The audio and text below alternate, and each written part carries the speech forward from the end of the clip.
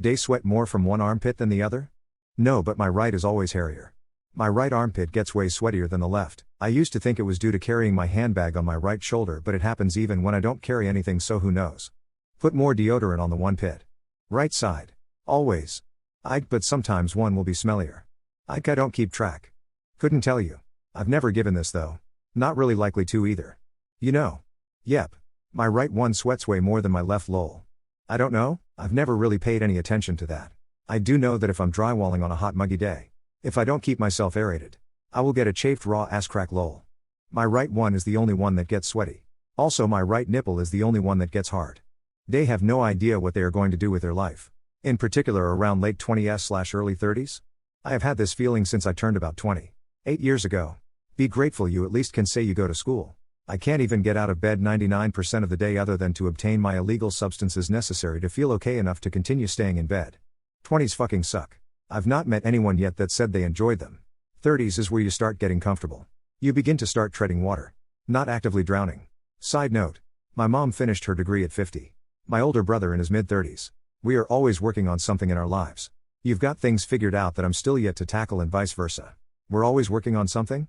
I understand your feeling. I don't agree with your time is running out and quat. My aunt didn't have children until she was in her 40s and they're beautiful. Smart. Funny kids. And I don't know if changing your major was a bad decision or not. But personally, if it made me happy in the long run, then I think it would be worth it. But regardless of all of that, I know I have been feeling lost for a while, but I'm finding things will work out the way they're meant to. Things are getting better. 21, may not be late 20s/early 30s but do kinda feel like that sometimes. I'm currently studying in university but I don't enjoy it. Just doing it, get a degree and put it on my CV to help with future job opportunities. What do I want to do? No fucking clue. Something related to my study? No idea. I've never been in a relationship or come close. Real adulthood is coming closer and I'm not ready. My mom already talks about future kids sometimes. I don't even know if I want kids. I don't know anything. What G-rated character do you think would swear the most if they were allowed to? R2-D2. I'm convinced that's why he's presented as talking in beeps. He's constantly swearing. The skipper would be cursing Gilligan up and down for being such a dumbass. And the guy is a sailor. So you can bet he's good at it. Elastigirl. Much more than Mr. Incredible. And Frozone is Sam Jackson, so there's that. Uncle Ted from Bobby's World. This is a deep cut and everyone knew he would be swearing up a storm if he could. Wile E. Coyote for sure. All that dude does is get fucked up every day of his life. No way Michael Jordan wasn't talking mad shit to his room squad. Edit. And the Goon Squad. Gumball from the Amazing World of Gumball. Dude literally says what the what every episode, and that's just one example. Donald Duck. All his swears come out as quacks.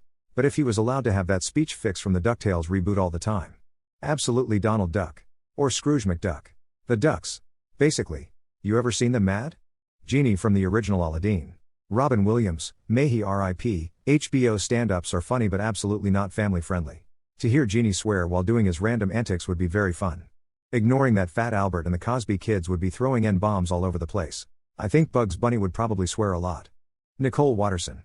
Especially with what she has to deal with on a daily basis. Benson from Regular Show. With all he has to put up with from Mordecai and Rigby. Helga Pataki. I wouldn't be surprised if she learned it from Big Bob. Moses Locke from The Simpsons. With all the prank phone calls he's received from Bart. I could see him going on a swearing tirade. What is your favorite activity with your so? Taking walks together. Sometimes we walk faster because both of us were lazy that day and need to feel like we got a workout in. Sometimes we go somewhere new and it's a combo walk/birdwatch experience. Sometimes we intentionally leave the house without a goal or destination and take turns deciding what direction to take at intersections. We always end up having the best unexpected conversations and learning new things about each other during our walks. Extra bonus, due to our schedules. We're usually walking in the evening and our town gets spectacular sunsets. I used to love going to the beach with them and play in the water all day until we were wrinkly. Or go to stores and look at every single item they sold there. They used to hate when I did this, but the more I did it the more they started to love doing it together. Find a new show and try to finish it in a weekend. Go to a drive-thru. Order food and eat it in the car while we talked. Play games on the Nintendo even though I suck at it because I'm not a gamer. Take a nap together. Watching documentaries together. We usually binge about 2 to 3 documentaries at a time. They can be about anything. Animals. People. Places. Whatever. We recently watched docs about Rick James and Mary J. Bilge, very random lol. Aside from that, I'd say talking on the phone. Most days when he gets off work he calls and we talk for the entire hour drive until he pulls into the garage. We've lived together for years. When either one of us is out of town we talk on the phone before bed. Sometimes falling asleep on each other. It feels like such a teenage thing to do, in our 30s, but we like talking to each other. How to brush my little girl's long hair. There was a dad who went viral a fair few years back for making videos for other dads on how to look after their daughter's hair. I'm sure there's still some YouTube videos still out there. They'd include how to do some of the plaits and things after you've brushed it. To add to the other advice, to gently detangle. Start at the bottom. And just pull the brush out of the hair when you get to a stuck spot. Put it in the hair again at the knot and pull it out a couple times. Then lightly brush again. When you get stuck, pull it out again at the knot a couple times. It works to separate the tangles instead of trying to brush through it. Much more gentle and less breakage. I hope I described it well. GL. Take brush. Seat kiddo. Do nor start at the top. Instead, start a few inches from the bottom and brush that out first. Then, same section, but a bit higher and brush it all out. Work through it gently. If you find a knotted section, make sure to hold the hair above while working the brush through it. Otherwise it's going to hurt her. After hair washing, there are easy comb sprays, or whatever they are called, that help with brushing as well. And maybe consider braiding kiddo's hair at night, which also helps against tangles. It's not a difficult thing to do. Just use the same brush your wife has been using. Just sit her in a bar stool if you have one. Stand behind like you're the barber.